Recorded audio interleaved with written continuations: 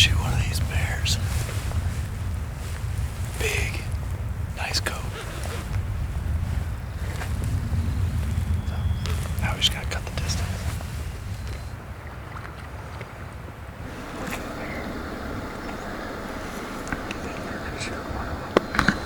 I'd like to. Yeah.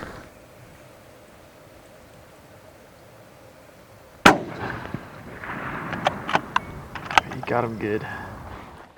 Hey folks, every time we do a hunt, we try to give you what we call as a pivot point. And the pivot point is where something headed down the path of really good, or maybe we pivoted and it was a bad mistake.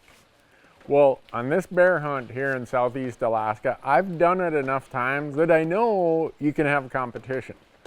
Residents can get the tag over the counter. Guided non-residents don't have to draw the tag. Those of us who go self-guided, well, we have to draw the tag. So there can be quite a bit of competition. And one of the things that I'm always looking for is what is a way, a tool, a process, a service that gets me to places no one else can get to. And when I went and poured over the maps, and Jason and I talked about this, I said, look, this is a high risk, high reward situation. We're gonna go to this spot. We might be able to find someone who can drop us on the beach. We're gonna have to paddle pack rafts for a ways, and then we're gonna have to hike.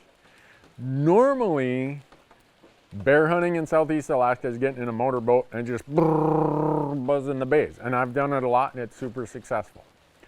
But for this hunt, the real pivot point wasn't out in the hunt at all. It was doing the research and finding where's a spot where nobody else will probably go in there, because if you're an outfitter, you're not gonna take a skiff up there and get stranded at low tide. If you're a local, well, there's gonna be easier places to go find a bear. But if you're self-guided like we are and you use pack rafts, this place, if the bears happen to be there that week, could be really good. And so when I go back to what the pivot point was, the pivot point was when we decided that.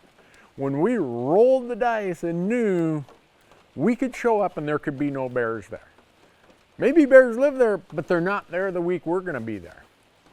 Well, that was one of the times when you roll the dice and it turns out in your favor. Now, if I was sitting here saying, man, we only saw one bear, that would have still been the pivot point. Because a lot of times, that's not what happens out in the field. It's what happens when you're planning the hunt. You kind of go down a path where there's no retreat. Once you start down that path, it's not anything you can change.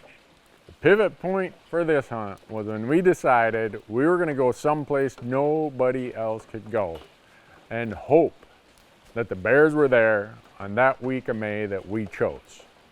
And we lucked out in this case. Jay shot a really nice bear and the bears were there. But that pivot point happened 8 months ago, not out here in the field. Be thinking about that.